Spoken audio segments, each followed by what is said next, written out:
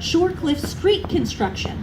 This summer, the city made changes to the intersections in the Shorecliffs neighborhood by bulbing out the sidewalk corners.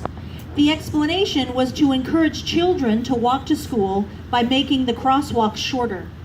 Unfortunately, now the car lanes are so narrow, it is almost impossible to make a turn without driving into oncoming traffic, and there is little space for large emergency vehicles and school buses. What is your opinion of these types of changes?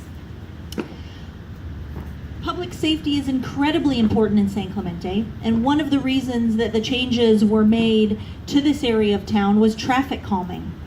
That there were many vehicles that would speed down the PCH. We unfortunately had friends and neighbors who were hit by cars, who lost their lives, who are now in wheelchairs. Part of the reason that was done was to help protect us. It wasn't necessarily just done for school children. We also have a unique opportunity in San Clemente to be multimodal. We talk about parking issues and ways of getting around town, riding our bikes, walking, and motoring around on our scooters. The bike and pedestrian lanes that we now have in this area allow us to do that. If these lanes have become so narrow that it is causing a new type of a danger for school buses, and for large vehicles, and or even for a regular household vehicle to make turns, then that's absolutely something that we would need to address.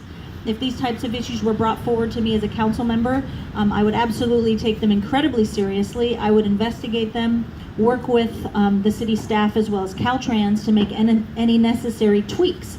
Sometimes we do make improvements to things and we think we've done it perfectly, when in fact, maybe we need to make a little change, and there shouldn't be an ego there. So if in fact there is a problem out on PCH in this area where vehicles are having a hard time, I would absolutely support making some changes to make lane adjustments so that all types of vehicles could travel safely.